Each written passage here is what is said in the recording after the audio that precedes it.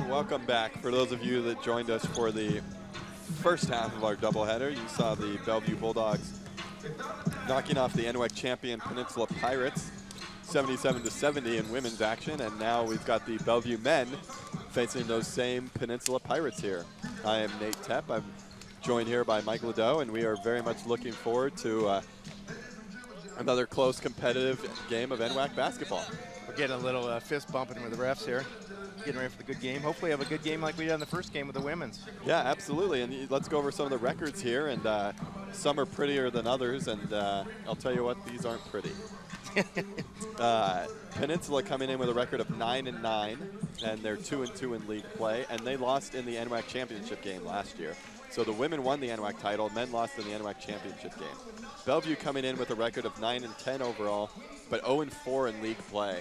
And league is really all that matters right now. Your overall record doesn't determine any of your seeding in league. So that 0-4 record, even though Peninsula is 9-9 on the season, Bellevue's 9-10. They're 2 games behind Peninsula right now at 0-4 versus 2-2. And this is kind of a make or break game for the Bulldogs. The North Division is a highly contested division. You've got a lot of teams that are going to be beating each other up, so to speak, throughout the year. So you're going to get a chance to get some of those wins back. But 0-5 would be a pretty tough hole to crawl out of to try and get into that top 4 spot to get you in the NWAC tournament. And Nate, you were talking, you've been involved with Bellevue basketball for quite a few years. This is the first time in a long time, or since you've ever seen maybe they've been 0-4 starting out league play. Yeah, you know, I will say they're in those 4 games, there are a total of about 4 or 5 possessions total in those 4 games of being 3-1 or 2-2. Yeah, so it's not that they're getting blown out. They're in the games. They're close games. They're just things aren't bouncing their way so far this year. Well, I would say it's less that things aren't bouncing their way. They haven't found a way to win. Yeah. And you can be a competitive basketball team, but there's a next step that you need to take to just figure out a way to close out a game, figure out a way to win. Right. And so far, that's something that's been kind of plaguing the Bulldogs at the moment. The talent level's there, but they're just not quite able to figure out how to make it work from a scoreboard standpoint. Well, and they are a young team. I know they're freshman loaded. Yeah, you know, we only returned 1 player. That's number 10, Brian Zier, who's not playing. He's out tonight with an ankle injury. Yeah, so interesting to see who might be able to step up and fill his shoes tonight. And let's go over some of the starters here. Get my notes out here. First we'll go for the visiting Peninsula Pirates. Starting for the Pirates, you have sophomore guard number 3, Riley Callahan. Sophomore guard number 11, Deontay Dixon. Sophomore guard number 20, Chris Reese. Sophomore forward number 13, Malik Mayo. And sophomore center number 25, Jeremiah Hobbs. As you can hear being announced in the background, the Bulldogs starters. We'll go over them one more time for you. Starting at guard number 2, 5'8", Jordan Lockhart. Lockhart starting in place of the injured Brian Zier. The rest of the starters are regular starters every game for the Bulldogs. Number 4, freshman guard 6'1", Jordan Muir King. Number 11, freshman forward 6'6" from Shorewood, can really light it up from the outside, Jonathan Michael. Freshman forward 6'6" from Bellevue High School, Jack Walton. And 6'9" center from North Kitsap, number 32, Calvin Dennis. You'll see Dennis and Hobbs scoring off here for the jump. And this should be a good game. Peninsula returning a lot of players here. All 5 of their starters are sophomores, and they made it to the NWAC championship game, so they've got some experience. But rocky start here at just 2-2. But again, Pirates could easily be 4-0 so far in league as well. It's just been a tough start there for both these teams. Your patented pressure on-ball, man-on-man defense from Jeremy Egger's teams. Defense is a real strong point of Jeremy's coaching style, and that's been an interesting, kind of the biggest struggle has been on the defensive end to start the season, and sometimes you'll have some struggles on the offensive end for these teams, but never with the defensive end, and that's something that's been kind of wearing on Jeremy to try and figure out here early on. Figure out what's going on defensively. Hobbs had a little jumper there, a little lay-in to start the game for Peninsula. Last year, Hobbs didn't give us much trouble in the first game, but But in the second game at Peninsula, Hobbs really gave Bellevue trouble. And that's what you want to see. Jordan Lockhart, the freshman, not usually a starter, starting for Brian Zier, makes his first basket, makes the three, gives Bellevue their first lead of the game at 3-2. And for those of us who joined us for the women's game, you'll notice they used 10-minute quarters, 4 quarters in the women's game, but sticking with the 2 20-minute halves for the men's game. I think there's just some talk about maybe switching to the 10-minute quarters as well in the men's game. I don't think we'll see that the next couple years, but yeah, see how it works in the women. I'll tell you what it's going to come down to: the almighty dollar. Of course. If right. the NCAA thinks they can make more money through sponsors by changing the system up to the quarter system, that's what they'll do. It will probably happen, right? But if they make more money through the current 4 media timeout system in the 20-minute halves, then that's what they'll stick with. Nice little jumper by Walton, knocks it down, 5-2 Bellevue.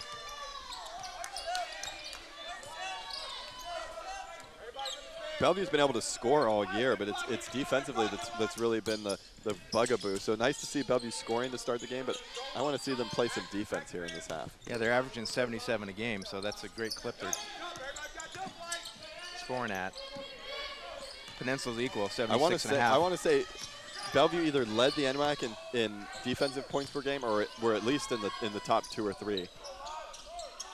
They were right there the whole season. I can't remember if they finished number 1 but they were definitely in the top 2.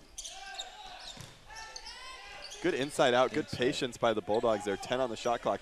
You got to run a quick hitter here as you got that screen and then the pass to the corner. Good baseline drive, dish to Dennis, and gets the ball knocked out of bounds there off Dennis. But good offensive possession there for the Bulldogs. Wasn't quite able to execute, but you ran your sets. Good idea, nice dish. Just didn't quite work.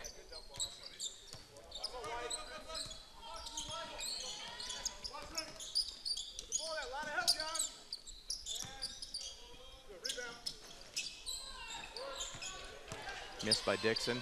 Good rebound there by Walton. Looked like we're going to have Lockhart running the point there. Outlet to Muir Kane. Jonathan Michael in the corner. He could hit that, but good inside out there. Let's see if he can make it 2 for 2 from 3 to start the game. Not quite. Good look tip at that there tip by Walton. Walton to Michael, and the Bulldogs are feeling energized and loose. Nice play, nice board. Tipped it to the open man. Easy layup.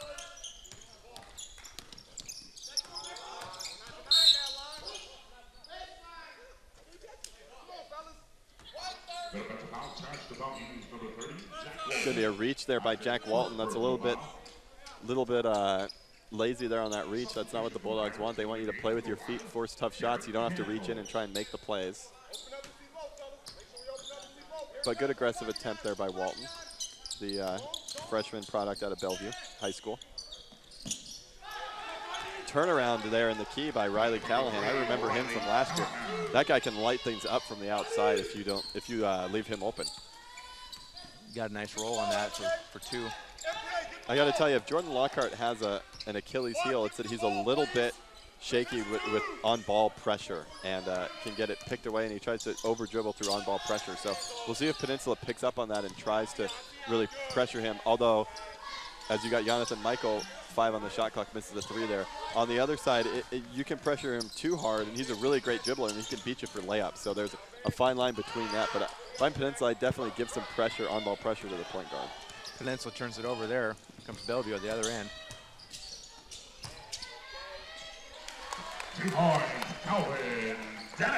Dennis picks up a deuce there for Bellevue, makes it 9-4.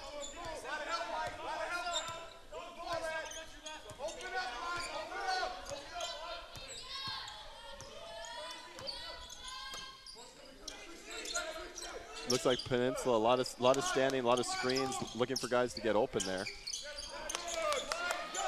A lot of stagnant play there on that possession by Peninsula. Just kind of waiting for something to develop, but just nothing did. Well, he's getting the ball up court quickly and then settling into their set. Swinging the ball nice. Muir King with the layup there, a little wild on the drive. Might have wanted a jump stop there or something, a little out of control there. It's going to be a foul on the floor there, and I believe Lockhart. Not a bad foul there, as you had the streaking player for Peninsula, and you had Calvin Dennis slow to get up, got hit on the defensive end. Couple subs here for the Bulldogs. Number 3, Isaiah Green, checking in for the Bulldogs, and number 24, Quentin Moore.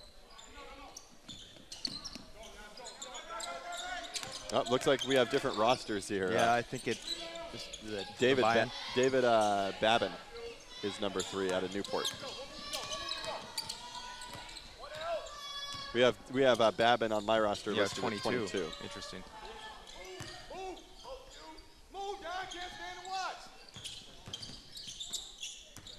Bellevue bench exhorting them to move.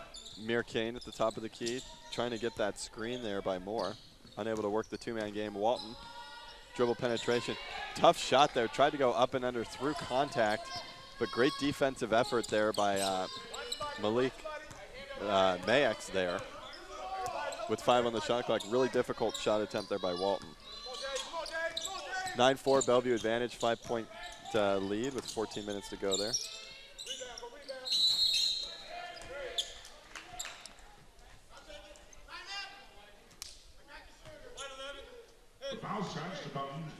Jonathan Michael with his first foul of the game there. 3rd team foul for the Bulldogs. That was a 3-pointer too, so you get to shoot 3 here at the line. And you want to get out on Deontay Dixon because he can definitely light it up, but you don't want to foul him from out there. You just don't want to knock him into the bench when you're doing it. No.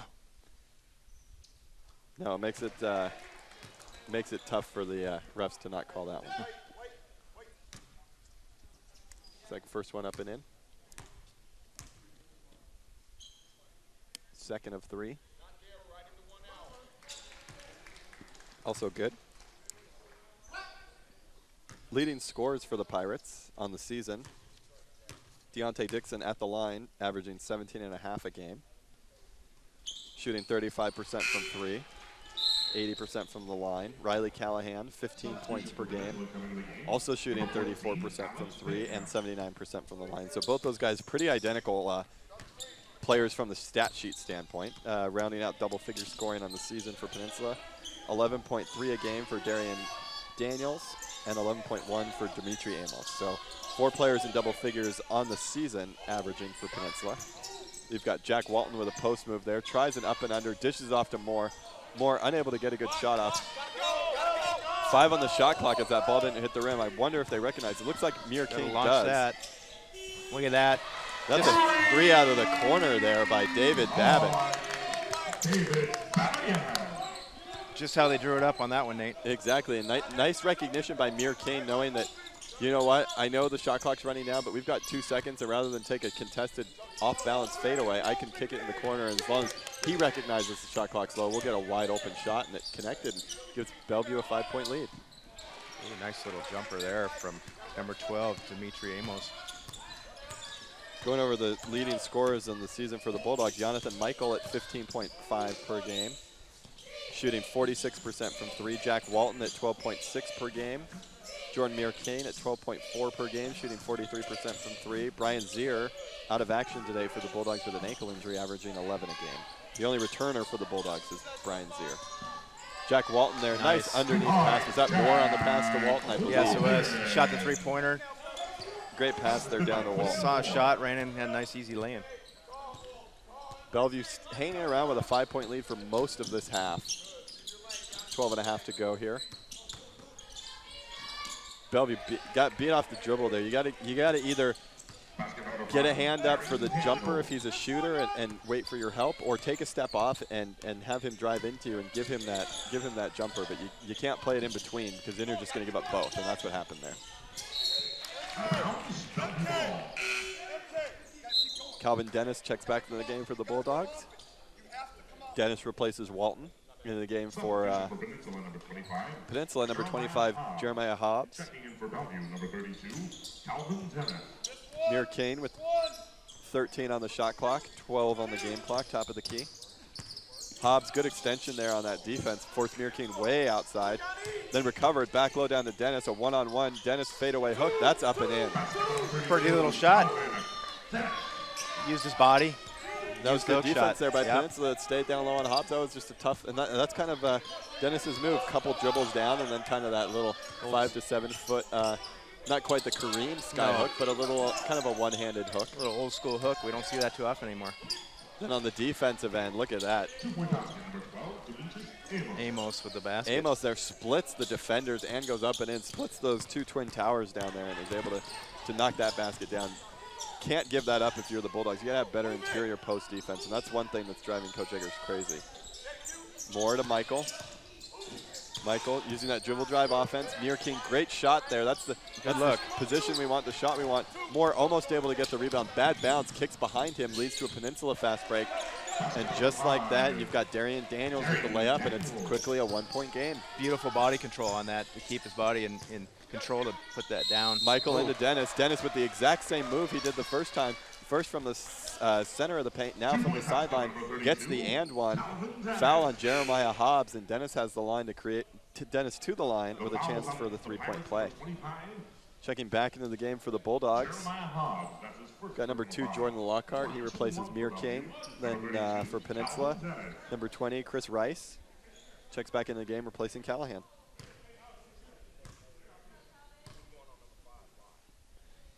Replay there, great tough drive there by Peninsula there. Darian Daniels, and those are the types of players, as Dennis knocks down the free throw there to extend the lead to 4. Those are the types of players that are giving Bellevue trouble this year. Bulldogs are not able to stop dribble penetration and keep those guards out of the paint, and it's really caused a lot of problems. They don't have that one shutdown number 1 defender that you can put on a guard that Bellevue's had. Shut him down and cut him off from getting down the lane. Yeah, it's going to have to be a team defensive concept, and those ball fakes by Peninsula are really shifting the Bellevue defense. Leads to a wide open 3. Great ball fake there by Chris Rice. Leads to a wide open 3 by Deontay Dixon. Dixon averaging 17.5 a game, shooting 35% from 3. Can't leave him open, but that ball fake created it. Pretty shot by Dixon.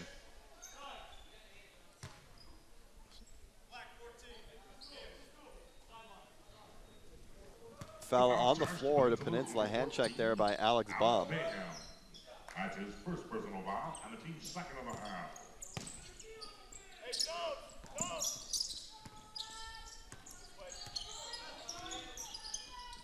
Moore using the his options there on the handoff, almost like the read option there.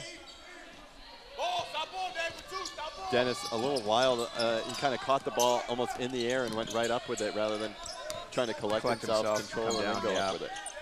You don't want to see him put it on the floor there, but collect yourself and go back up easy. Yeah, absolutely. You don't have to take a dribble, but you don't have to keep the ball above your head and let them try and grab it there. Oh, that's a deep. Bayham feeling the oats on that one. Pretty deep. Shooting 37% from 3, but only on 35 attempts. Tight game, 19-18 Bellevue. Yeah, these two teams are pretty equally matched, and you know, basketball is a game of runs. So some teams are going to, you know, they're going to take a lead at some point, but at the same time, you got to think this is going to be a game that comes down to the final couple minutes. Walton got a hand on it, went off the thigh of Amos, and it goes back to Bellevue. Mir King, number 4. Walton, number 30, back in the game. Jonathan Michael, number 11, checks out, along with Quentin Moore. I know Coach Eggers is pretty hungry to get a win. So, oh, the whole staff, I can tell you. Absolutely. Back low to Dennis, gets double teamed, kick out to Walton for the jumper there. About a 17-foot elbow jumper off the mark, tries to get his own rebound. Quick 3 by Peninsula there is Dixon, but as the leading scorer, you get the green light to do that. Nice rebound by Callahan, puts it back up for 2. And this is, I believe, Peninsula's first lead of the game since up 2-0 at the start. Yep. Good high post, look at your options, turn and face. Good decision there by Dennis, inside out, Mir King. Back into Dennis. Dennis unable to get the hook to go. Good defense by Hobbs and good rebound by Hobbs. Good shot. That's the shot you want to take. Nice little 3-4 footer. Nice ball inside out, and Mir King lucky there, able to get that strip and deflection, but just can't let him catch the ball that deep in there.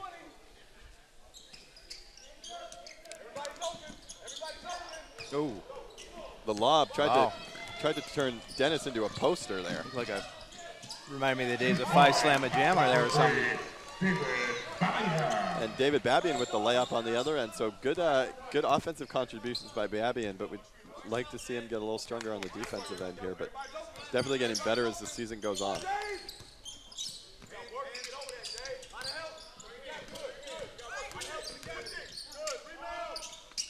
Wow. I've seen him do that for the past 2 years. That's Callahan's move. What he really likes to do is he likes to initiate a little body contact and get his shot off the body contact. It seems like he's almost more comfortable shooting off of a little bit of contact, which he initiates. Step in contact, kind of a fallback jumper. He likes that feel of that. Great defense by Hobbs. Walton tried to take it down the lane and put it up and in with a bit of a running layup. There he goes Hobbs again. Unable to. Callahan draining another one, like you're saying. He created contact again, and boom, 2 points. Peninsula 3-point lead, their largest of the game, 24-21. Just under 7.5 to go here in the first. Oh, too bad. Substitutions for the Bulldogs. Jonathan Michael, number 11, replaces Babian. 24, Quentin Moore replaces Dennis. A lot of quick substitutions so far for Jeremy Eggers and the Bulldog staff. I think he's still trying to find his exact rotation. Trying to find the combo, trying to get comfortable out there, find the right defensive combination too. And that's just not trying to find the combo for this game, this matchup. It's still for the season. Right. Normally you've got it figured out by league play, but just haven't been able to find a combination that works. Riley Callahan show currently. Yeah, you know, that's what you get. The sophomores is where you really want them to shine. They're the leaders in the junior college game, and this sophomore's played against Bellevue. This is his 4th game against Bellevue in his career, and he knows, you know, he's comfortable, especially playing on the road here. With Brian Zier out, Jonathan Michael is going to have to contribute on the offensive end for the Bulldogs to win, averaging 15.5 a game, high of 30 points on the year. He's going to have to get things going offensively without Zier in the game if the Bulldogs want to win. Oh, boy. Coach Eggers is going to like that foul. On the rebound, put back. Yeah, good defense by Moore to stop to make the initial shot tough. Gave Peninsula something to think about there, but they missed it long, and weak side rebounding a problem for the Bulldogs. Was that an and one on that? Yes, it was. So 28-21, 7-point lead. 6:20 to go here in the first. 30-second timeout by Coach Eggers. Lead could get extended to 8 with this free throw here. As we see, look at the drive again, and then good defense on the first, but 2 weak side rebounds for Peninsula. Then it's really hard to stop a team 3 times on the same possession. Just caught Quentin Moore with the reach, like you're saying, out of position and playing with the hands instead of playing with the body, and caught him on a little reach, give him a potential 3-point play here. Yeah, you really got to trust the system, and you got to trust your body and trust that you're going to be in the right place, and that you're going to because if you think about where do I need to rotate, you're going to be one step too late. You're going to be slow every time. You gotta have that come naturally, and you can't overthink it. Right. When you overthink it, you either rotate late, you're not in the right place, or you rotate too slowly and you end up fouling, and that's what happened there.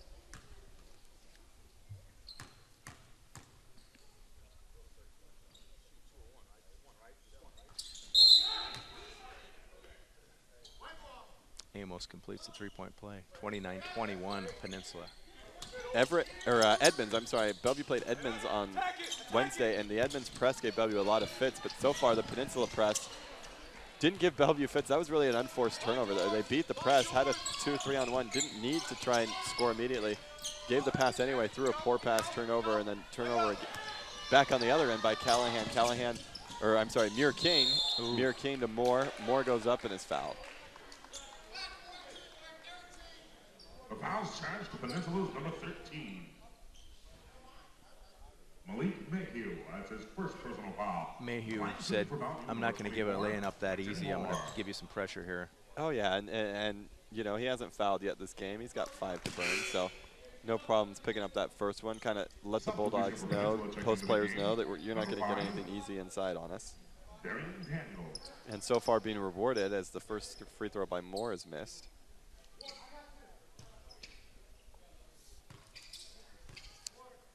I want to thank everyone tonight for joining us. Tonight is the NWAC Game of the Week featuring the Bellevue Bulldogs and the Peninsula Pirates. I want to thank our sponsors here, Washington National Guard, Baden Sports, Red Lion Hotels, and Alaska Airlines. There you go, Bulldogs with their turnover, see if they can convert here. Muir Kane, this is a transition 3, and that's his shot. I like that 3 for Muir Kane. Much needed 3-point basket there by the Bulldogs. Caught it, took it up in rhythm, and stuck it. Lead had some danger of going to double digits, but now it's back down to 4 with that 3, and you got to get some stops here. Bellevue looks a little more active on D right now. They're a little more energized out there. That's deep. Can't give Callahan all that room, but Jonathan Michael with those long arms able to recover and get a little bit of change the a shot. hand up there, and short there by Callahan. Bellevue has a chance to cut it to 2 or less. Just over 5 to go in the first half. Wing right there is open. Muir King there. Another three-pointer there. That one just rims in and out. Kind of floated there. Didn't see a lot of rotation on. Looked like it was going to be good, just off the mark a bit. That's his second personal foul, and the team fifth. Substitution for Peninsula checking for the game, number 14. This year's men's and women's NWAC championship tournament will be held at a new site this year, Everett Community College. New site, new format, March 10th through the 13th. Instead of all 16 teams that make the tournament traveling to Everett, you're going to have the 1 and the 2 seeds hosting the first round game, and then those final 8 on the men's and the women's side traveling to Everett. That'll be March 10th through the 13th. And I wanted to also make sure to mention NWAC Sports, NWACsports.org, as three-pointer rims in and out. And you got a Jack Walton rebound. NWACsports.org is the source for schedules, standings, statistics, rankings, and all things NWAC. Also make sure to visit the NWAC on social media. Search NWAC Sports, that's NWAC Sports, on Twitter, Facebook, and Instagram. Muir King called with the charge there. Substitution for Bellevue coming to the game. Checking the game for the first time here, number 20, Michael Chenal. See what Chenal can provide the Bulldogs on the defensive end here, as Peninsula's been doing a lot of their scoring on the inside. For those of you who haven't been up there, the Walt Price Center at Everett Community College is a beautiful facility. I think it opened 2 years ago. Yeah. This is its second year now. And yeah. Great cozy confines. Great place to watch a game or 2 or 4. Chenal and Hobbs with the one-on-one matchup there, and Chenal just has, he's a tall body. He's got to make sure to keep his arms up and disrupt that shot. He got his arms up a little too late. Shot was a little too easy for Hobbs, and Hobbs converts and pushes the Peninsula lead to 6. 35-21, just under 4 to go. Jonathan Michael with the ball at the top of the key, just inside the three-point line. Jumper is off. Michael not very aggressive or accurate so far this half here. We're going to definitely need him to step up scoring if the Bulldogs are going to have a chance at winning this game. Darian Daniels getting pretty aggressive. Got to be something there.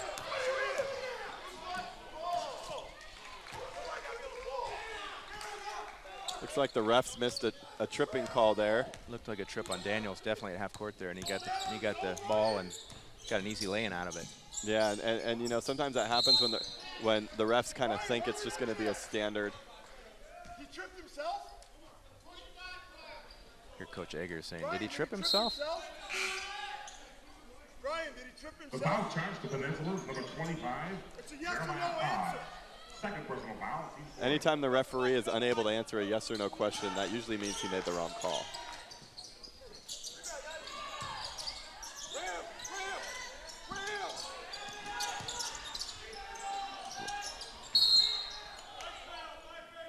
While we were Walton climbing the back there on that one. While we were disputing that no call there on the trip, Jeremiah Hobbs picked up his second foul for the Pirates. He exited the game, and just like that, Jack Walton just picked up his second, but it looks like he's going to stay in the game.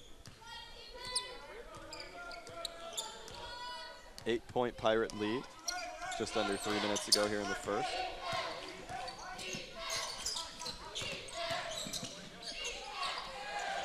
And that's too easy if you're Peninsula. That's that penetration you're talking about. No one there to cut off the dribbler.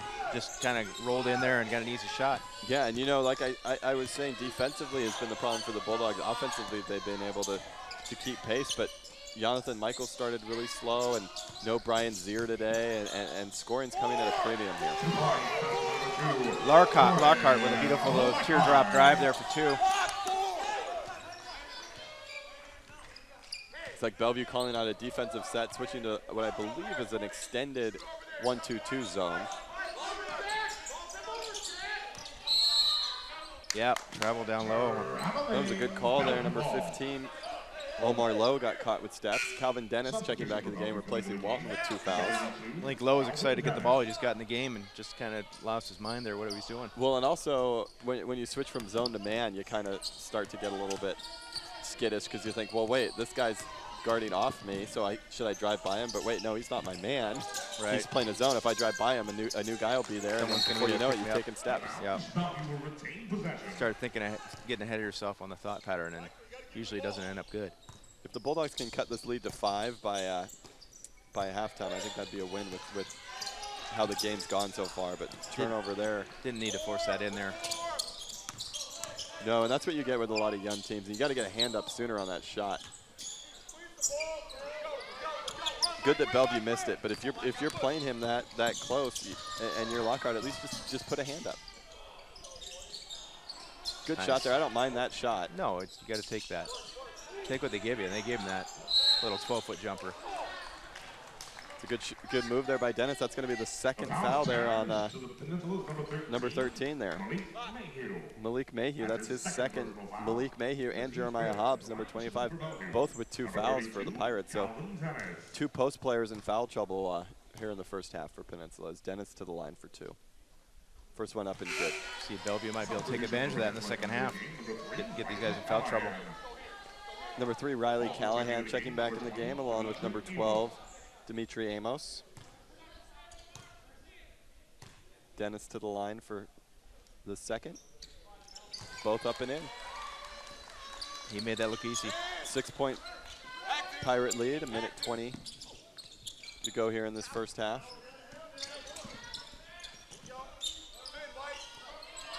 Bellevue staying in this extended 1-2-2 zone here. Probably not something they're going to play the entire second half. Just probably something they're mixing up at the end of the first half just to give Peninsula some different looks here. Trying to create a little pressure on the ball on the top. Great hustle there by Dennis to get on the floor for that one. Leads to a fast break. Layup there by Mir. Just like that, it's a 4-point game with under a minute to go. Bulldogs have got to get a stop here if they want to keep any of this momentum going into halftime. It's going to all start on the defensive end if you're the Bulldogs. They're leaving that backside wide open, but that pass gave the defender enough time to recover. Tough shot there. Oh, The tip in there by number 12, Amos. Calvin Dennis has got to get that rebound. tip drill went off the board and in. Dennis, it's not just that you're in position. You got to physically use your body to box out and kind of force them out of there. Come push him out of there, push him back, get the board. Shot clock off. Mir King should try and save it for the last shot, but if you get a layup, you get a layup. 4-point game. Let's see if the Bulldogs can get one stop here. Callahan drives in. That's his shot, and that's up and in, and that hurts. The floater to end it. 6-point lead for Peninsula at halftime. Yeah, 39-33. Not a great half on either sides of the ball for the Bulldogs, but definitely, 6-point game. Far from hitting the panic button. You kind of get the feel that both teams are pretty evenly matched here. Yeah, it's good action back and forth. And this is going to be a game of runs, and Bellevue's going to need to figure out a way to make a run offensively, and I think it's got to start with Jonathan Michael. For Peninsula, I'd say the runs were Callahan. He was their run. He seemed to create, and he was making it happen out there. So we'll see in the second half he keeps up that same energy. Yeah, Callahan and I want to say Daniels as well. Darian Daniels. Two catalysts. We'll just get the stats here and take a peek So at them.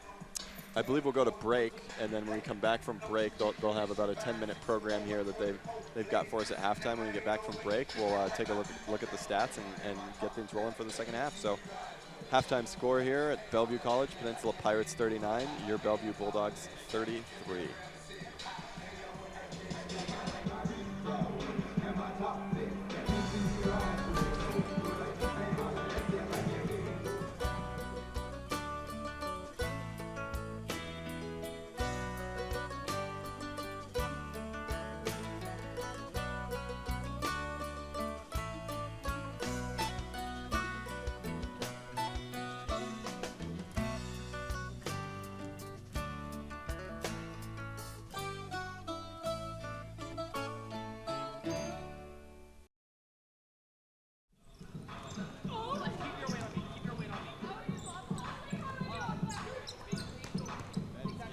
NWAC game of the week is the Peninsula Pirates 39, Bellevue Bulldogs 33.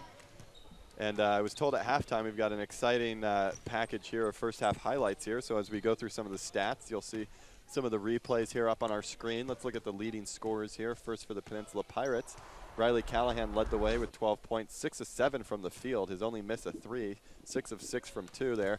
As you see, Jordan Muir-Kane with a 3-pointer on the assist from Lockhart there for the Bulldogs. On the other end there of Peninsula, nice back to the basket move by Jeremiah Hobbs over the Bellevue defender there. That was Michael Chenal. Another interior basket there for Peninsula. There's Lockhart with the drive and the nice finish there, stepping in as the starter for Brian Zier. Then entry pass by Lockhart to Dennis stolen away, and Peninsula leading the fast break here. And Jordan Muir-Kane leading the fast break for the Bulldogs. Tries to take it in all the way, beats past Riley Callahan and the secondary defender for the layup there for the Bulldogs. As these highlights keep rolling, I'll go through some stats here. As I said, Riley Callahan 12 points there, leading the way for Peninsula. 4 of 4 from the field for Dimitri Amos. He's got 9 points. Deontay Dixon shot 1 of 5 from the field, but thanks to free throws and 3-pointers, ended up with 6 points. On the Bellevue side, leading scorer Calvin Dennis, 3 of 5 from the field, 9 points.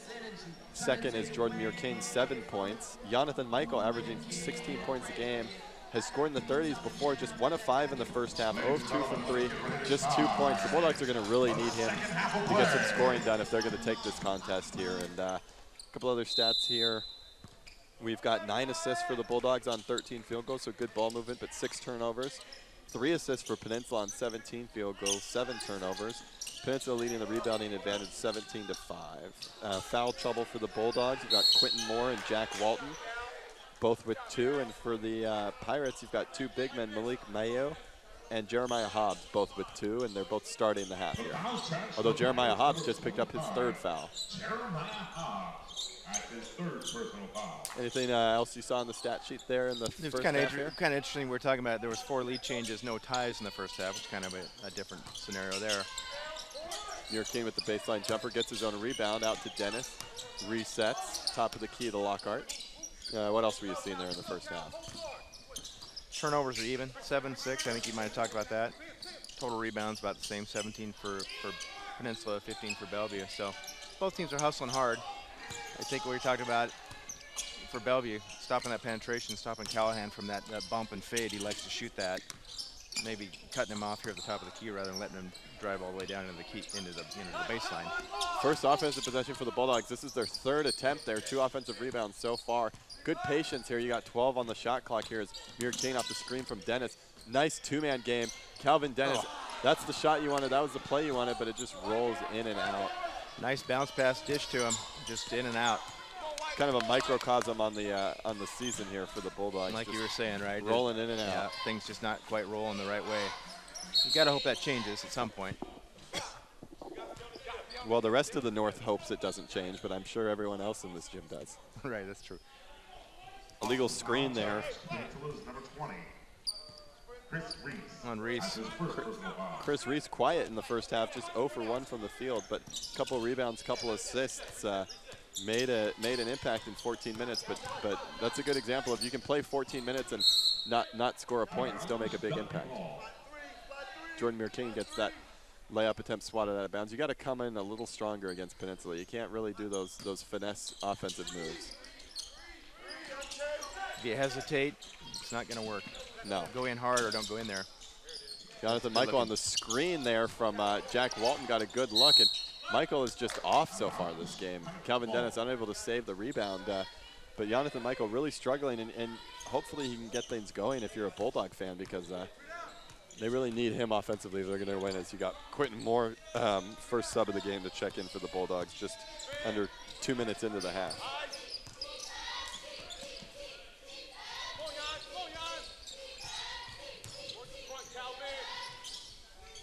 Good defense there by the Bulldogs, forcing a tough fadeaway baseline hook there by Malik Mayo. 1 and done there on that possession as they got the rebound. Good inside look, Muir-Kane to Jonathan Michael. Just can't quite get it to go, and that's a big foul call Hobbs, there. right? Is that on Hobbs? I believe so. That is 20. No. 20. I don't know about that. That It was sure not- looked like Hobbs was Remember, in there. I saw 3 people Yeah. on the same vicinity. It could have gone to any of them. Timeout, Peninsula. 30-second timeout by Peninsula. I don't think they're liking how this half is starting so far. A little over 2 minutes gone, and we don't even have a score yet in the second half.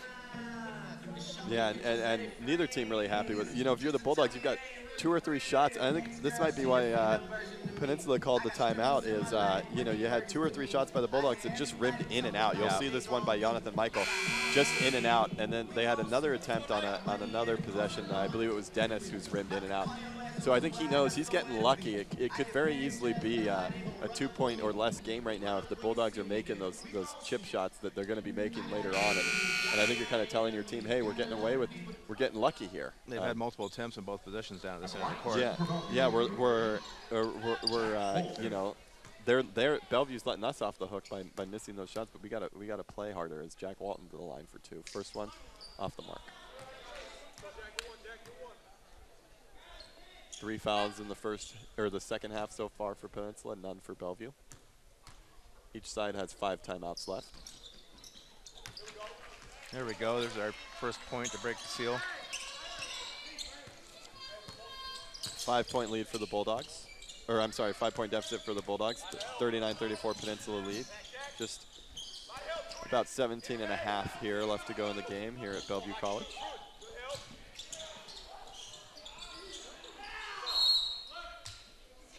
Good hands by Michael. I thought it might have knocked it off the leg, but not Some the discussion there by Peninsula coach there on whether or not there was a kind of a 2-hand push there by the Bulldogs defensively. Jack Walton, you got to see, that's a great example of why you got to see ball and your man at the same time. Jack could have had an easy turnover, easy steal there, but the ball just bounced off his back twice because he was just watching the defender, not knowing what was going on. You got to know your position. You got to see man, got to see ball. Where's the ball, McKay? Where's the ball, lad? Peninsula there at the top of the key, defended by Mir Kane. Little too much contact. It's a tough one because you got 2 seconds left on the shot clock, and that was a good shot that you had to defend because those are the types of shots that Daniels has been making, especially in the first half, and you don't want to give him anything easy, but with 2 on the shot clock, it's just tough bailing him out like that. Daniels looked up, saw the shot clock running down, and said, I got to create something here, and he's lucky to get a call. You know, and like we saw in the women's game, you know, on those tough attempts by Peninsula, Bellevue almost took a quick step back and kind of let them shoot those on their own, and it kind of surprised Peninsula, and they weren't able to convert on some of those tough shots, but Bellevue playing a little too aggressively. 7-point lead for the Pirates, 41-34 here, just about 17 to go here in the contest. Really need Jonathan Michael to get going for the Bulldogs on the offensive end here. Good inside play there by Quentin Moore. He's a player with a lot of talent that's been inconsistent. He hasn't had a lot of big games, but he's averaging Quentin Moore, just averaging just over 6.5 a game, but he's got a high of 27 this year, so he can score in bunches, but he hasn't quite adjusted his game to the college level yet. Need to get some consistency. Jonathan Michael picks up his second foul.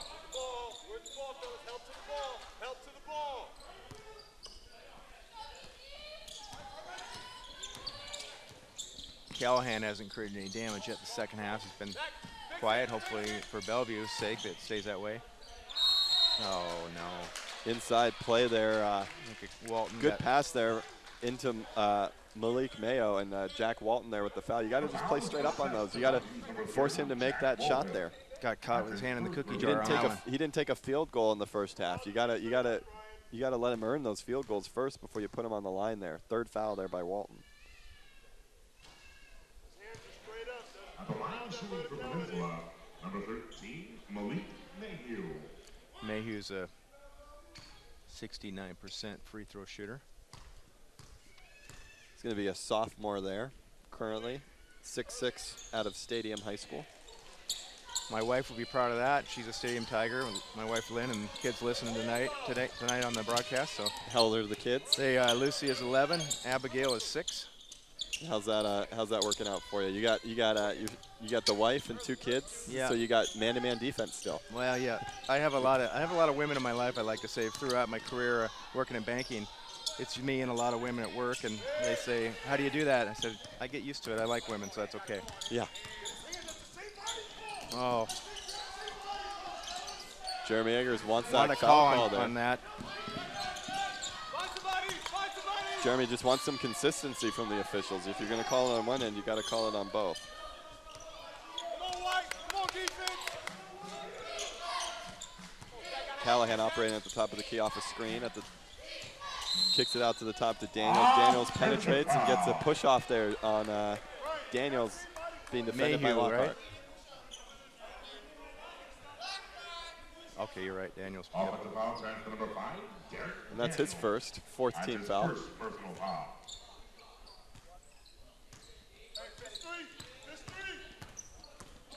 This 6-point lead for Peninsula. Been about that lead for about the last 10, 15 minutes of play action there, as we've got Jonathan Michael slipping there. Ooh, surprised they didn't call a walk. He looked like he slip slide, and looked like he's at the skating rink right there. That's the 2nd time he's slipped there. Yeah. You got to wonder if it's his shoes, because I don't see too many other people I haven't slipping. seen anyone else slipping. I didn't see any of the women slipping earlier either. No, it's either a kind of a sweat spot right around that area, or it might be his shoes needs a little bit more traction there. And good ditch by Callahan. Got in deep, recognized where the double team is coming. And that's why you don't want to foul on the first attempt there by that Walton fouled Mayo on the first attempt, because you saw that second attempt was wild and off the mark when you let him shoot it. He's not great offensively, and Jack Walton's going to pick up his 4th. Over the back, just he doesn't think it's true, but it's not how the ref saw it. But you know, even if it's not true, you can't play that way with 3 fouls. Yeah, that's right. You got to play smarter than that. Yeah, almost any time you're coming up over the back, regardless if it's clean or not, those refs tend to not see it that way. Even if you disagree with the first 3 foul calls, you got to be smarter than that and adjust your style of play. Bellevue ended the first half in zone defense, that 1-2-2 extended zone, but back to man for most of this half. And if you're Jonathan Michael, you got to let him shoot that. You can't foul him there. You got to just let him shoot that. Number 11, Jonathan Michael. That's his 3rd personal foul. Coach Eggers just pleading for the same calls on each end. He just got a warning. And you know, I didn't mention it in the men's telecast here, but in the women's telecast, I mentioned it as a coach, you know that the game can be officiated in any number of ways, and multiple ways aren't necessarily wrong, because refs can play loose and refs can call the game tight, but all you ask for is consistency. Just, I want it consistent on both sides, and I want to know what type of things you're calling, what type of things you're not calling. And so far, Coach Eggers feels like a lot of the same calls that they're calling on one end, they're not calling on the other. He's not saying we're not fouling. He's saying if you're going to call that, you have to call the same foul on both ends, because it's not consistent. And that's his gripe right now, and justifiably so. So 8-point Peninsula lead, 44-36. Slipping again. Got to be the shoes. Yeah. And we've got, just to your right, I don't know if you noticed, you've got a little sticky pad where the players can get all the dust off their shoes, and might need to get Michael a trip to the pad there, so to speak. Maybe Coach Eggers had a little effect on that. They catch Amos with a little reach there, which didn't look like much going on to me, but they're going to call it. That's his first, team 5th. Both teams have 5 team fouls here, and looks like we'll be in the bonus here soon enough. Quick shot there by Moore. I don't think that's what the Bulldogs wanted there. 8-point game. Dangerous time here for the Bulldogs. Peninsula can extend it to double digits here if you're not careful. This is kind of no man's land here. You know, you got 14 minutes to go. It's not close enough that you panic. It's not far enough away that you don't start to think about it.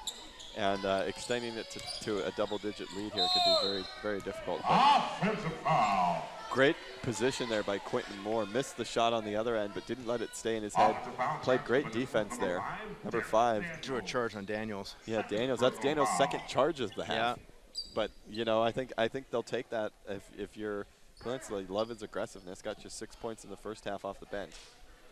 Rocking and rolling coming down the lane there. Moore was in position on that one.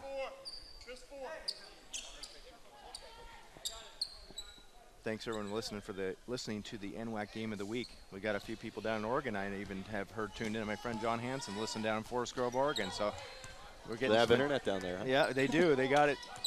I was joking the other night. I was doing the Shoreline game. I have a friend that lives over in Hansville, and I was joking with Mark Ockett on that game that they actually have TV and radio and internet over there. So beautiful spots, both of them, Hansville and Forest Grove, Oregon. Oh, absolutely. There we go. And that's a much better shot by Moore there. The previous possession, he shot a high arcing fadeaway jumper, but this one much more in line with his skill set there. Nice dribble power up through and got the layup there, and Bulldogs able to chip away at this lead. But and good job not fouling there, forcing a tough shot, but you got to get that rebound. Oh, there's Callahan. And he had a big smile on his face. He knew he got lucky there because he knows he doesn't get that open often because people know he can shoot. So he knew everyone was crashing for the board, didn't get the board, left me wide open, and that's a layup for Riley Callahan. Yeah. But from that range, it's worth 3 points.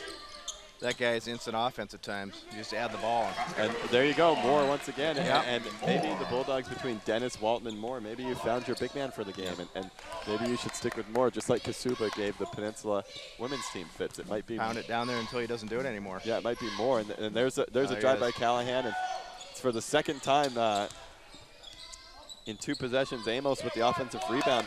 You got to put a body on him. How come Jack Walton's going over people's back? Because he's getting boxed out. How come Amos isn't getting boxed out there?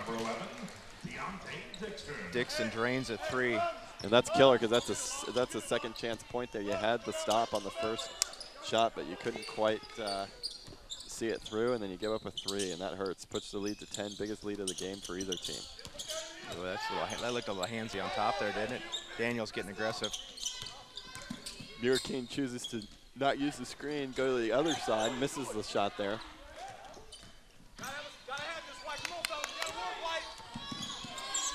Bellevue's really got to work on the defensive end here, and Jonathan Michael's got to give the Bulldogs something offensively. Oh, no. And I think Amos has been the MVP for Peninsula this half. This might be his first bucket of the half, but he's hustling. He's getting offensive rebounds, giving him second shots. Just Bellevue has no answer for him so far. He's kept the ball alive. I don't know how many times, at least 3 times this half, he's kept the ball alive down on the offensive end for them to get another chance at it. That's the 3rd foul there on Moore. Moore's looked pretty good, though. He's playing tough. They're starting to get him the ball down low. Like you said, it could be an answer.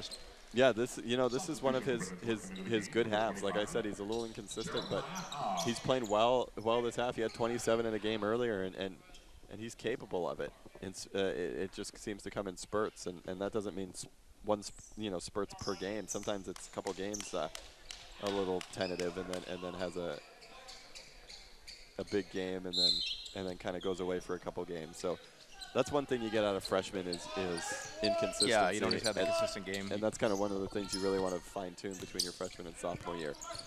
13-point lead for the Pirates, 53-40, largest lead of the game here. Already in the bonus, both teams in the bonus already, so Jordan Lockhart will go to the line. Checking in the game for the first time, Akeel Williams, 5'9" sophomore guard out of a very storied program, Garfield High School. They won a few titles. They've produced a few Division I players. And D1, you bet. A lot of Garfield Bulldogs have played for the Bellevue Bulldogs.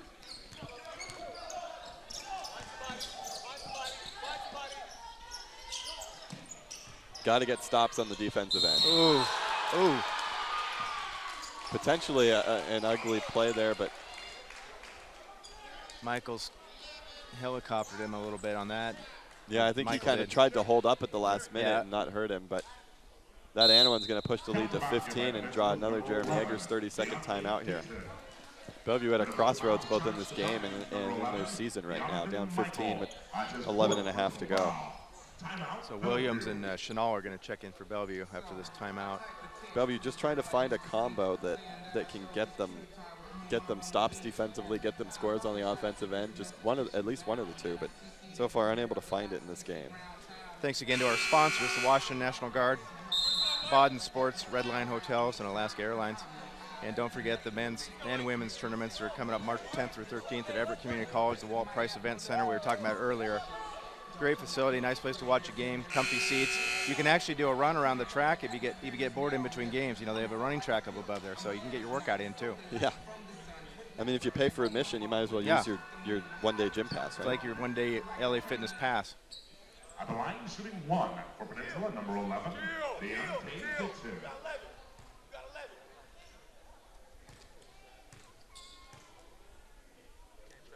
Dixon to the line for 1. Up and in, 16-point lead here for Peninsula. Maybe Williams can create something here, shake it up a bit for Bellevue, get something rolling.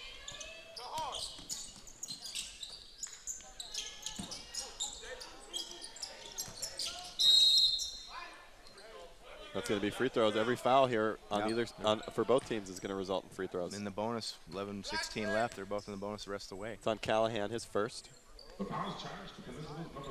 Why is it guys like Callahan who play so hard and are frisky all the time? They never seem to get fouled somehow, it seems like.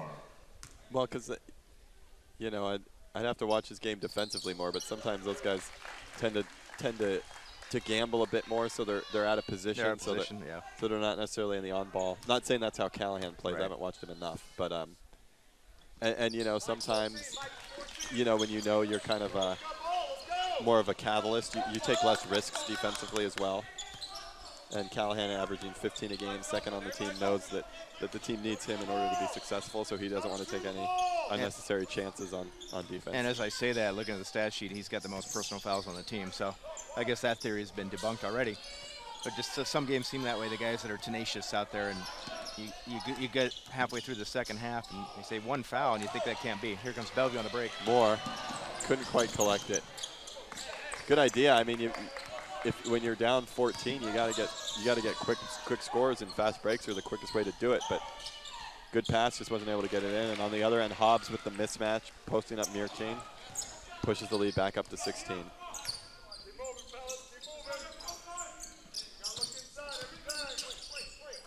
Jeremy wants the ball moved inside out.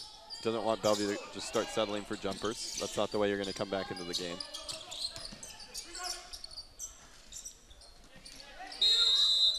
Good rebound there by Moore.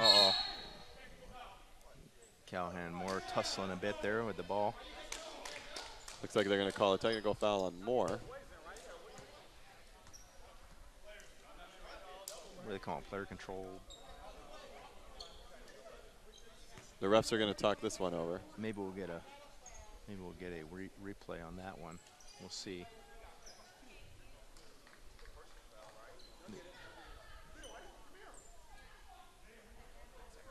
Coach Eggers calling them all over to the bench here. Have a little While the talk. refs sort this out, wonder what they're going to do. So Callahan with the foul. Wonder if they call a double technical or just a technical on Moore. Looks like the initial call was a technical on Moore, but they might change it to a double technical. They're also trying to sort out the free throws as well, because both teams are going to get free throws out of this if there's only one technical. And then who gets the ball after? A lot of fun to sort out. Well, just on Moore, it'd be a one-on-one. It would be a one-on-one for him. They're not in the double bonus yet, right? They have 9. This one has 9.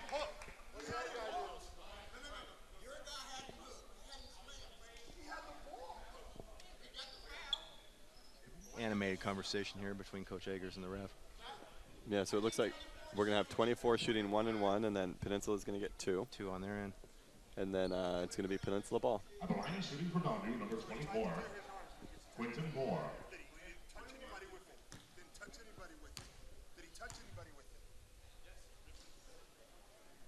There we go. Moore makes the first one. It's always a strange feeling when you're out the line shooting by yourself. It's kind of like being in the backyard. Like you're in trouble. Like you're in trouble, yeah. Instead of give me 10 push-ups, go give me 10 free throws. He's got to let go of us. He fouled us. Looks like they're going to send Dixon to the line for the 2 shots here. Dixon, an 80% shooter from the line. Uh-oh, here comes another tee. Usually when you comment about the prior game, it doesn't always go well. Well, that same ref had a bit of a Gaff.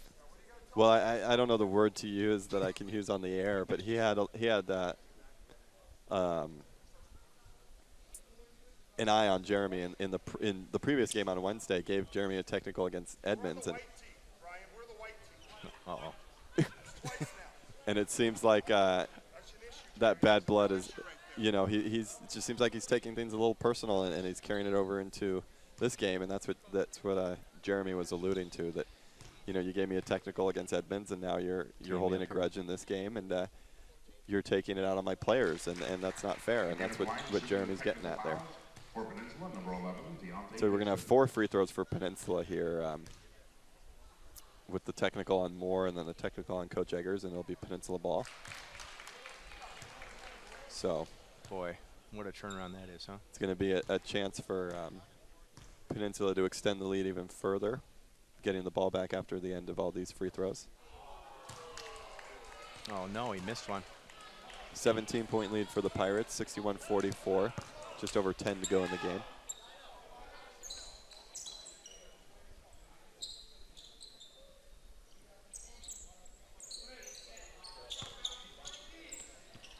Callahan with the ball on the top of the key on the inbound, guarded by Muir King. And after making all those free throws, Dixon said, hey, why don't I shoot from a little deeper? I'm warmed up. But a little too warm as that one touches all air. Muir King at the top of the key there, passes to Chenal. Chenal to Williams. Williams works at the top of the key. Uses a screen there by Moore. Moore rolls to the basket. Great take in there by Moore. Nice tip. Followed his shot, got the tip. Nice dump off on that. Yeah, Moore's having, I think you could easily argue the best game for the Bulldogs so far.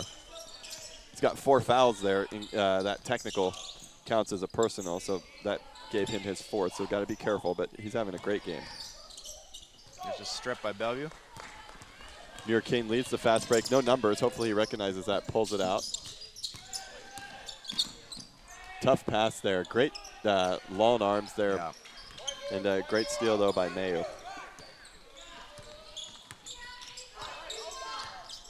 Callahan slowing up the pace here. It seems like the first half went really quick in these 10 minutes here. Granted, we had those technicals and the fouls, but it seems like these 10 minutes have really kind of dragged. That should have been a walk. Yeah, right? You saw that, too. Yeah. Slid his feet on the steps there.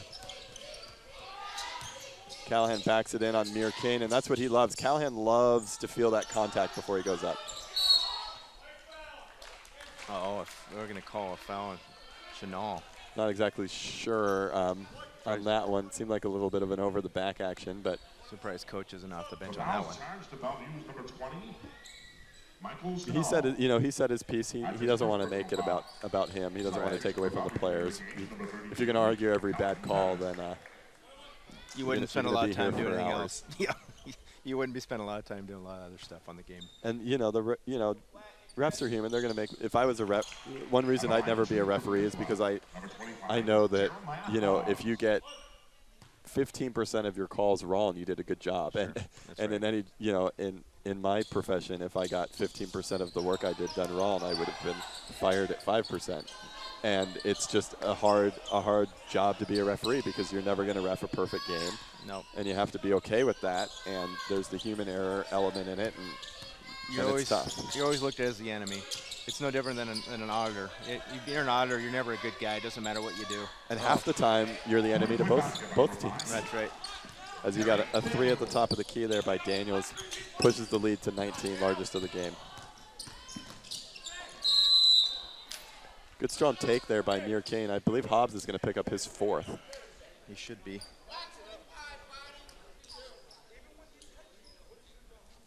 Daniels with a little thunderstruck shot out there for 3. Pumped the lead up to 19. Daniels has been really fun to watch tonight, hustling and. Yeah, Peninsula's players play really hard for their coach. They play really well. Made it to the NWAC championship game, lost in the championship game. The men did in just the first year as head coach for Peninsula, and then the second year, starting out 2-2 in league, but with the same core of sophomores. So once you get to they were the 4 seed in the North, the lowest seed you can be to make the tournament, and they still made the championship. So I think this group of sophomores knows, you know, we're not happy with the 2-2 start, but it doesn't mean we can't make it to the game. Get to the tournament, you can't win it if you're not in it, right? Exactly. Turnover by the Pirates goes back to Bellevue. 65-48, 17-point deficit here, 7:45 left to go.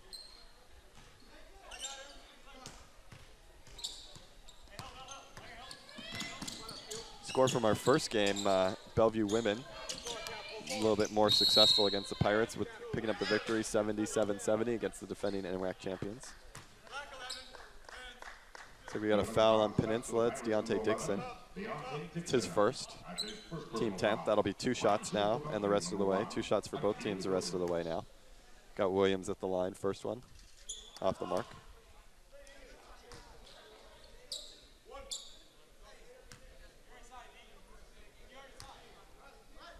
Second shot by Williams, up and in.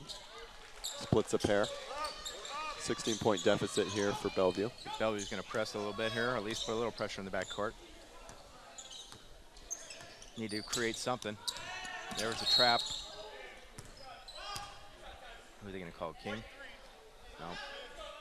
The foul charge to Bellevue's number 3, David Jack Bassett. Walton getting ready to check back in the game. I believe he's got 4 fouls. At the line shooting for Peninsula, number 5, Darian Daniels. Daniels at the line. 6 points at the end of the first half here for Peninsula. First one off the mark. As Walton comes back in the game, replaces Chenal. Jack Walton. I think Chenal's got a little bit of James Worthy look to him with those goggles on. I like those. It's an old school look. Old school look there. Horace Grant. Yeah, right. Who wouldn't want to be one of those two?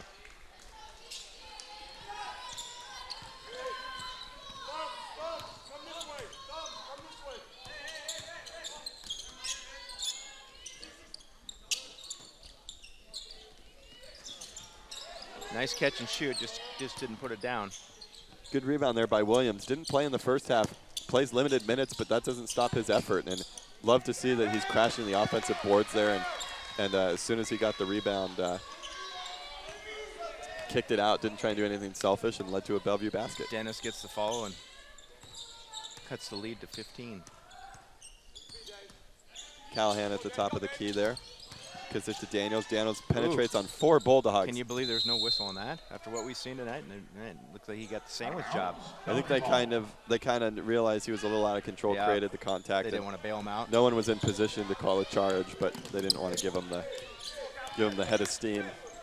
Give him the benefit of the doubt on being out of control. Yeah. The Subway sandwich play of the game there. Oh, that was pretty. Good 3-ball in the corner there by Williams. Nice assist by Lockhart. Perfectly executed play on that baseline screen there to get Williams open. Cuts the lead to 12. Dennis needs to play straight up on that, but instead. The refs didn't see it that way. I think they saw the little body. He had a little lean. It sure looked like a lot of ball. See if they called the hit or the body. Yeah, they called the body on that one. Calvin Dennis. Yeah. That's his first personal foul. At the line shooting. First foul on Dennis. Number 13, Malik Mayhew. 12-point game here. Closest it's been for a while in this half. First free throw's missed. Back in the game here, Chris Reese, number 20 for Peninsula, replacing Deontay Dixon. Chris Reese.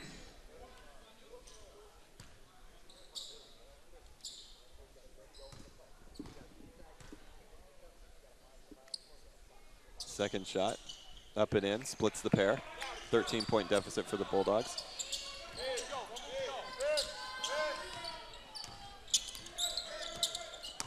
Muir Kane splits the defenders on the cross, kicks it out to the corner. Nice drive. Out to Walton at the top of the key. Nice drive by Walton. Walton in the first half caught it in that same spot, settled for a jump shot. This time made the extra effort, took it all the way in, and got the easier 2 with the layup. 11-point deficit. Dixon, look at that. Look, he's parting the Red Sea. Too aggressive there by the Bulldogs. You want it, you know, they're just trying to go for the quick steal on everything, but they're just letting Peninsula go by him. You got to keep them in front. Back-to-back buckets by Williams. I think the bench wanted to call on that. They wanted a 3-point play. Jeremy tried to call a timeout on the make there, but the referee just ignored him. Make, yep.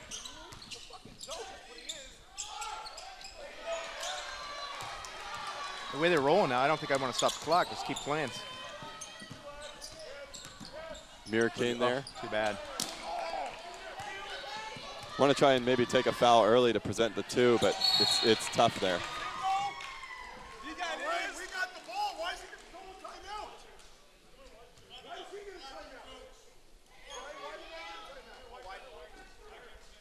We just had possession.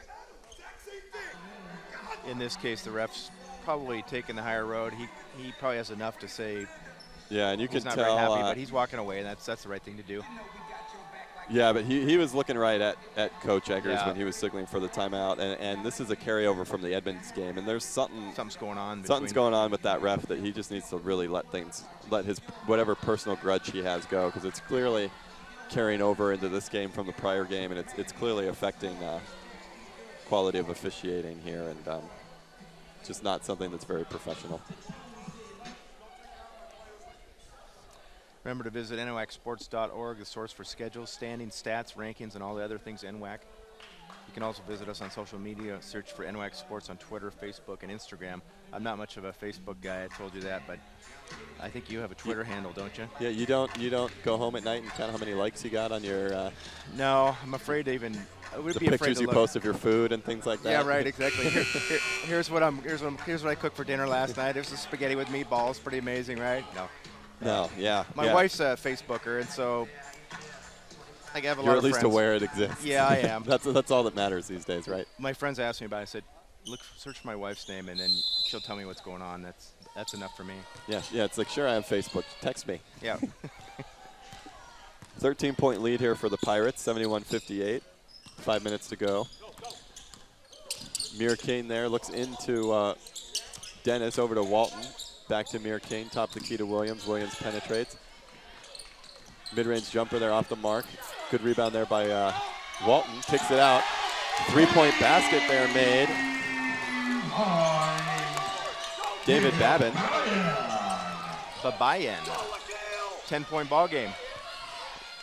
And this is kind of Bellevue's time to make their last run here in the game. It got up to as many as 18 and able to cut it to 10. And reminds me of the Edmonds game I was at, but they couldn't quite get it under single digits.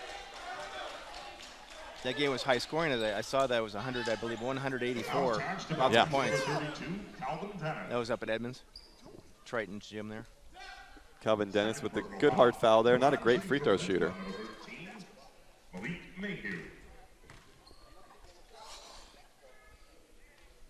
First shot up and in. Been to the line 3 or 4 times today, but I don't believe he's made the pair. Usually splits them, but let's see what happens this time around. Made the first, second one. Up and in. He did it just for you right there. Substitution here. Chris Rice replaces Callahan. Callahan quiet second half. Has he scored? Maybe he did have that one. He had that contact fault. Yeah, that's right. The kick out 3 on the tip. Yeah. That's it, I think.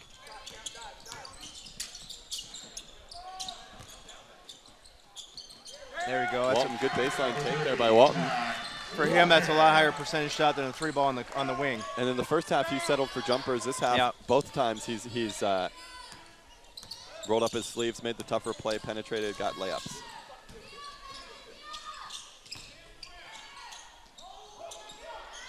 Bellevue got to get some stops here, and if you get a shot, you got to hold him to 1. But that 3, with 3.5 to go, is that's like a big one. Thunderbolt, 22-foot 3-pointer with about 10 on the shot clock. When you're trying to cut that lead down to single digits and get over that mental hump and then start your comeback, yeah, that's a nice dish by Mir King there. Yeah, Mir King over to Dennis. 11-point game, just over 3 to go.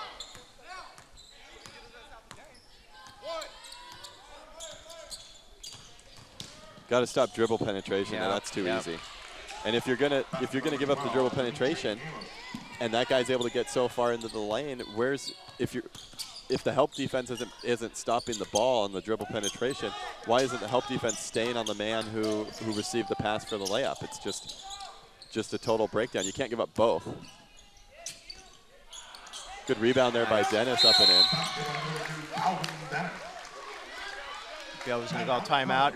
It's a full timeout there by Coach Eggers. 11-point deficit, 78-67, 2:41 left in the game. You got to think this is kind of the run or done here for the Bulldogs. Yeah. You got time just for kind of one more.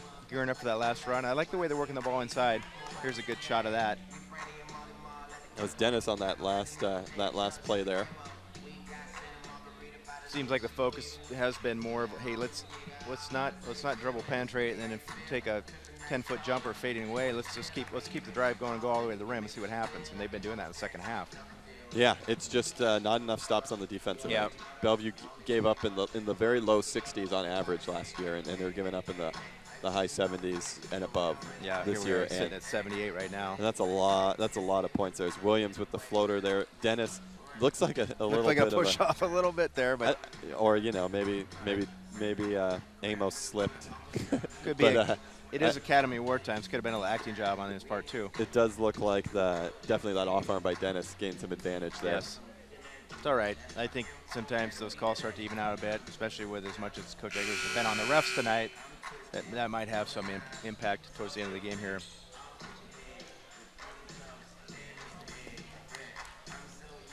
.78-67 Peninsula coming out of the timeout.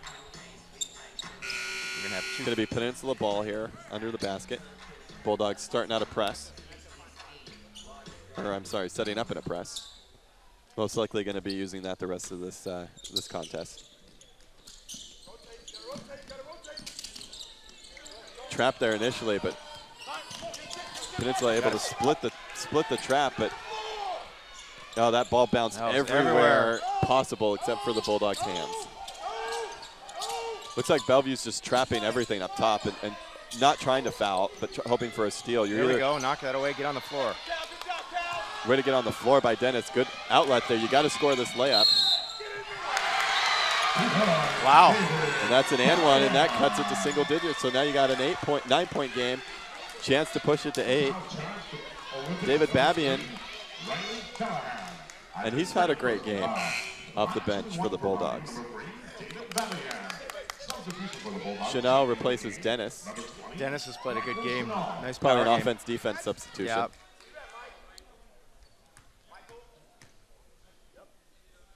Need that one. Up and in, 8-point game. See if this press, which the press and then the after the front court traps. Let's see if those really make things difficult for Peninsula like it did that first possession. You got to think timeout's coming. There it is. Timeout by Callahan. 3 timeouts left for Peninsula, 3 for Bellevue. It's going to be a 30. I'm sure they're going to draw up what they want to do to combat this press and this trap, because you don't want to try and be too aggressive and score too early on it, but you don't want to just sit back and let yourself get trapped. So it's kind of a fine balance where you almost want to play hot potato with it. Hot potato. Set some screens and see if you don't get any over-aggressive Bellevue defenders leading to some layups through some off-ball screens. Don't find yourself in the corner. That's always a bad spot. Yeah, because when you get yourself in the corner, you add 2 defenders. You add the baseline out of bounds line and the sideline out of bounds line, and so it's almost like you're playing 4-on-1 if you get trapped in the corner and you're trapped by 2 defenders. So it's a tough position to inbound it, but they're able to get it in. Oh, little action up top there. 15 on the shot clock.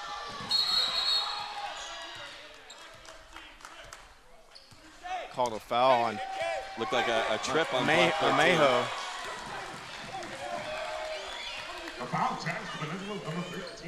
Not sure that was a necessary call. I think Bellevue already had possession of the ball anyway. I think I let the play continue on that. Well, here we go. It's a nice chance to score with no time going off the clock for Bellevue. From the line this year, 64% shooter from the line. Hit the first 2 last trip to the line. Got to get at least 1 of these.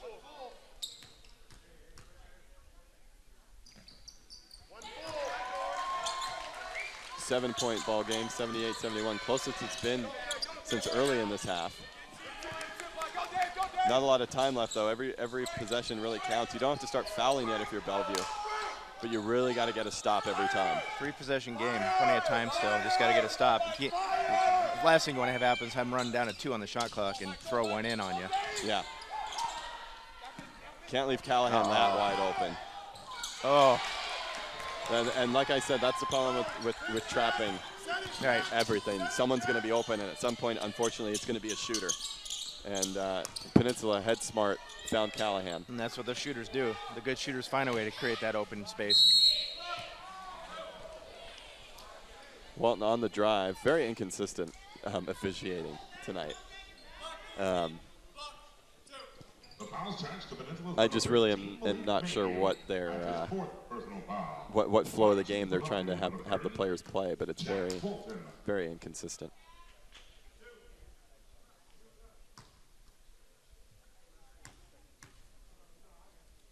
First shot by Walton, up and in. Barely touched the, or didn't touch the rim, but it almost like barely silk. touched the net. Yeah, so like silk going through there. Another one. Oh. Rims off. Those two missed free throws last 2 times down the quarter. Looming large for the Bulldogs. Got to trap everything here. Can't foul, but you got to really trap everything. Keep an eye on Callahan. Yeah, There can't he leave is. Callahan open. No, they're going to get that all day long. Yeah, that's a tough foul with 9 on the shot clock. You're not going to get that steal from behind there. You just want to stay in position to trap and hope Peninsula panics and makes a mistake. Daniel's an 80% shooter on the year. Once again, 77-70 on the first game here. The women picking up the victory over the NWAC champion, defending champion Peninsula Pirates. Pirates trying to make that bus trip worthwhile, at least get 1 out of 2 here. Yeah, it's a long way to PA. Long way home when you go 0-2.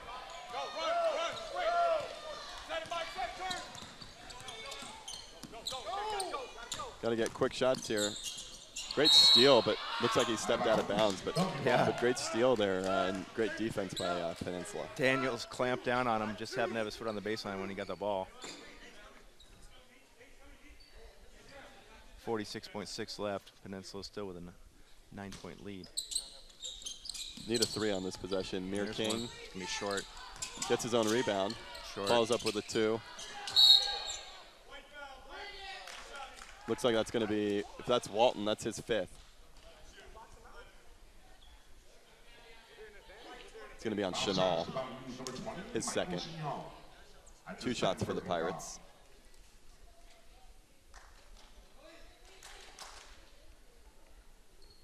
At the line shooting for Peninsula, number 11, Deontay Dixon. Dixon in the line for 2. Now you can see Chenal there jumping in at the last second there out of your frame, a little aggressive. First free throw's missed. Little tomahawk chop on that rebound there. Again, we talked about position all night. You got a position, you're flailing around like that, most likely you're going to get a foul. Second shot. Up and in. Extends it to a 10-point game. Need a 3 here if you're Bellevue.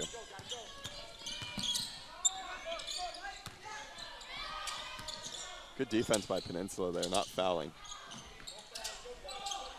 Bellevue bench calling for no fouls. No fouls, no time on the shot clock, and this one should wrap up an 82-72 Peninsula victory, assuming no turnovers and no fouls per Jeremy Egger's discretion. Peninsula going to move to 3-2 in league on the year. Bellevue going to drop to 0-5. Yeah, it's been a tough start for league play for Bellevue, but hopefully they can find the right combo, get turned around.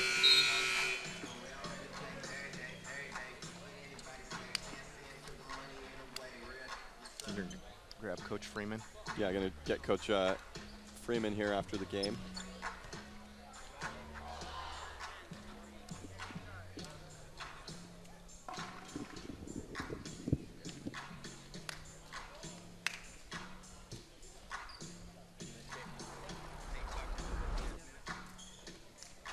We got some replays here. You got Moore with the tough baseline move there, up and in, and joined here by Coach Freeman here. Coach, congratulations, 82-72, 10-point win. I know thank you. The unfriendly confines. Yeah. Any road game is a great win, especially with that long bus ride home. And before I ask the tough questions, I'd love to just give you a chance to tell me what you thought about the game. And again, I mean, it's a tough league. I mean, the North Division this year, I think, is up for grabs. I mean, there's an exception here or there. For the most part, teams are well coached. Every game, especially games on the road, are so tough to come by. And Jeremy prepares his guys, and he's got a young group, but they play really hard. They're really physical. I know they were missing Brian Zier, which is a big thing for them, and so my heart goes out to him and what he's going through. So it was good. I mean, I'm really happy with the way we competed for 40 minutes. Give credit to Bellevue there at the end. Some things happened with the officiating. That's what it is in this league, and for the most part, I'm very happy with the way we played from start to finish. So what? Let's talk a little bit about your strategy going in. Sure. I haven't had a chance to watch you guys yet this year, Okay. so I'm not sure if what was happening today is what happens every game or kind of how you were playing against Bellevue. Right. But it seems like you give a little bit of a leeway to some of your guys, especially you got Daniels and Dixon, and to where you're going to take the good with the bad, but you trust that there's going to be a lot more good than bad. Yeah. So kind of how do you go about, especially with you got the 5 sophomore starters who went very deep in the NWAC tournament last year, and they kind of know what it's like. So kind of what's your thought process going in on I don't want to waste every possession, but I got to give my guys some leeway to be them because they can do some special things if I let them. Yeah, well, I think we definitely try to coach them up in practice, and then we give them opportunities. We give them a game plan that we want to try to execute, and every guy is specific, and they understand their role. And Deontay and Darion are 2 specific guys that sometimes when they're attacking the basket, that's when they're at their best. They're playing 94 feet at times, and again, that's what suits them best. So I think every guy and trying to really understand who they are as a player for this basketball team is who we try to coach the most and try to get the most out of them. So those 2 guys specific, but Riley Callahan and Chris Reese are a little more heady players for us but Riley has that freedom as well. I think we try to let our guys play a little bit, but at the same time, rein them in when we try to, we need a special stop here, we need to score here, whatever it may be. And so you brought him up before I could, but let's talk about Callahan for a second, because I watched him play last year. One thing I kind of picked up on is he loves and feels much better, it seems like, shooting off contact, that he likes to create. He's not trying to create a foul, but it seems like he really, with the exception of your kick out wide open 3, he seems like he really likes to play off that contact. And in the first half, 6 of 7 from the field. His only miss, I think, was like a half-court 3. Right. So basically perfect from the field in the first half, and only takes a couple shots in the second half. Why don't you talk about, normally, you might have some guys where, hey, I'm 6 of 7 in the first half. I've got 12 points, coach. Give me the ball. Let me be the guy. Right. When he only took 2 shots in the second half, not because anyone was phasing him out or playing selfishly, but he kind of, why don't you talk a little bit about him as a player in that regard? I think last year, probably for him, if you watch us from last year, he was probably more of a volume guy at times, where you get so many shots off, 15, 16 shots off, or 15 or more. This year, I think he's trying to gel and trying to find out guys, but Riley plays angles very well, so that's why you see some of that contact.